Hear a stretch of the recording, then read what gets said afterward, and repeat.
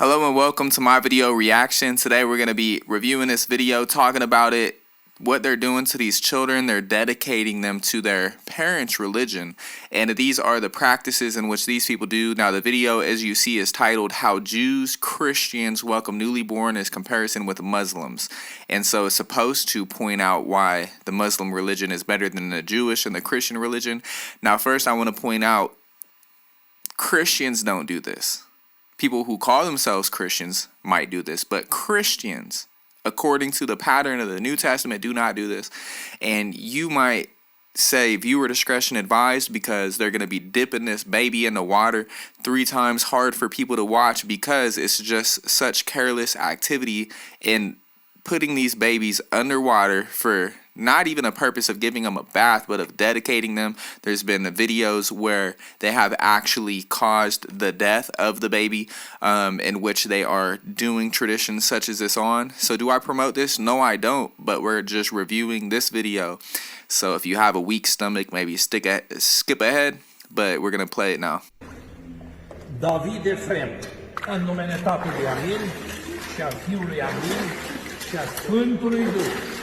Acum și pururea plâng s-au întâmplat achezviu, lasă figurile. Hai, 3 ore aici. Așa. Allahu Ekber, Allahu Ekber, Allahu Ekber,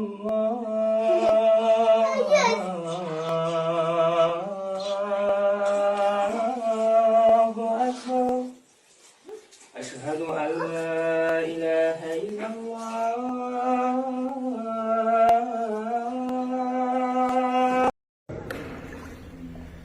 Okay, now you might see the difference in the videos. You have this gentleman who the baby is calm, and then he does the tradition and the baby starts crying.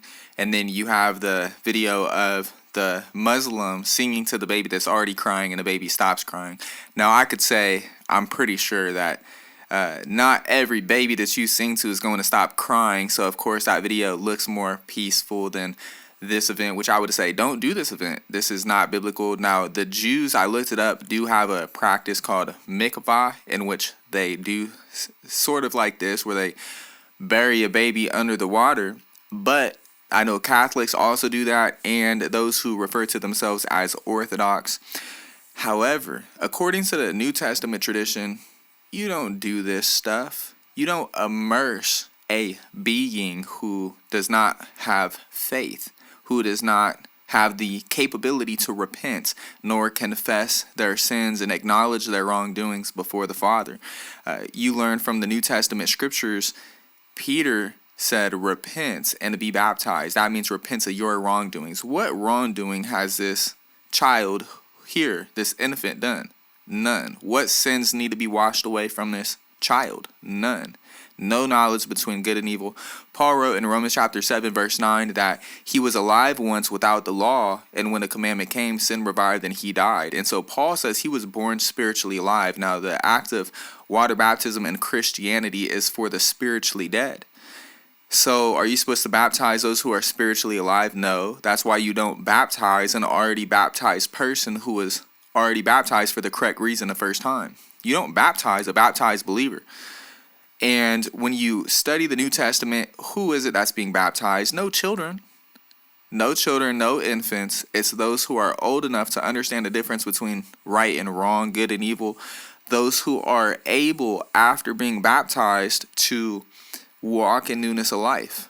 And one of those commandments to walk in newness of life is Matthew 28, verses 18 through 20 is to teach other individuals and to observe the teachings of Jesus.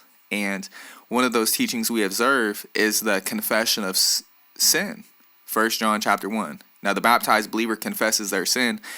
This baby, number one, can't be a believer because it doesn't understand the words of faith. You think that this infant is going to understand Jesus is born of a virgin, lived a sinless life, fulfilling the Old Testament law requirements which no person who reached an age of accountability could keep, and that Jesus died, was resurrected the 3rd day, walked the earth for 40 days, ascended into heaven, and now is ruling the nations with all authority until the end of the world? Is that baby going to understand that? No. So why would you immerse a baby if the baby does not believe what you actually need to believe before being baptized, or repent or confess. The baby can't do that.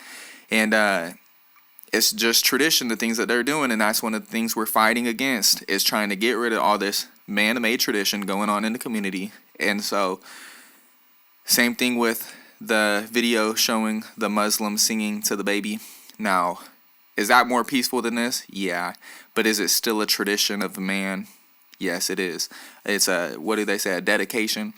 Now, you could dedicate your baby to the Lord. Every child should be dedicated to the Lord, but when I say dedicated, I'm not saying, oh, they should have a traditional event where the baby has a ceremony where you dedicate them to the Lord. What you do is you dedicate every day to teaching that baby about God and to being a good godly example to that child, so that child will grow up a godly influence to their ungodly community.